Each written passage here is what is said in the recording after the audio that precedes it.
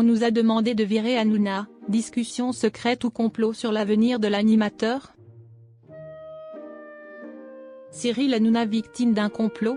Si est-il la thèse avancée par un journaliste, qui aurait déjeuné à côté de plusieurs responsables de l'Arcom et aurait surpris une conversation choc. Si est-il fini, si est-il acté, le Conseil d'État a confirmé la décision l'Arcom. À l'issue de l'audience, il a été conclu que le gendarme de l'audiovisuel n'avait pas commis d'erreur d'appréciation. En conséquence, C8 et Siestar disparaîtront à partir du samedi 1er mars 2025. Elles seront remplacées par LCP Public Sénat et Gulli à compter du 6 juin 2025.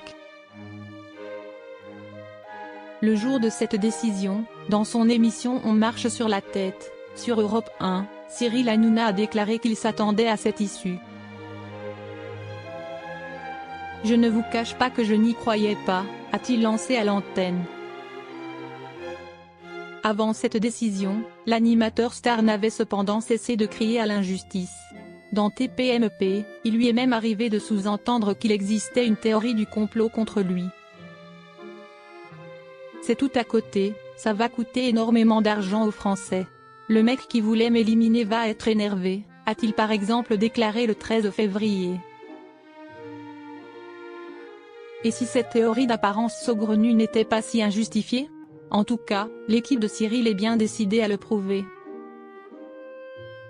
Je comprends que ces personnes parlent de Cyril Hanouna. Le 21 février, Gauthier Lebray a fait intervenir Jules Torres, journaliste et chef de service au JDD dans On marche sur la tête. Ce dernier affirme avoir intercepté une conversation très révélatrice.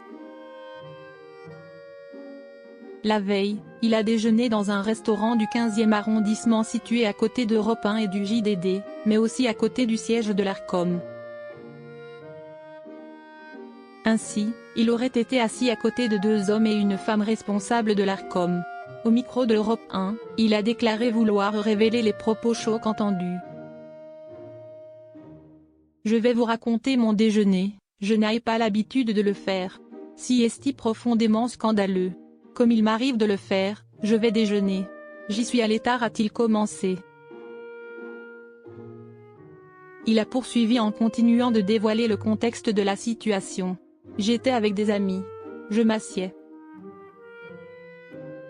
Au bout de quelques minutes, je comprends que le sujet est Cyril Hanouna et l'Arcom, et je comprends rapidement que ces personnes travaillent à l'Arcom et parlent de Cyril Hanouna en des propos peu amènes.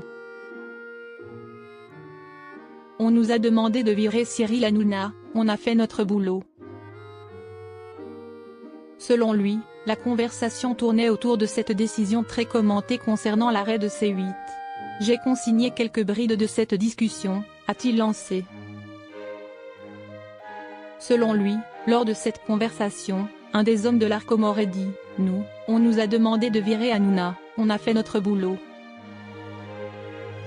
Jules Torres explique également qu'il a entendu un autre responsable dire qu'il était content de s'être payé Bolloré et Pascal Praud.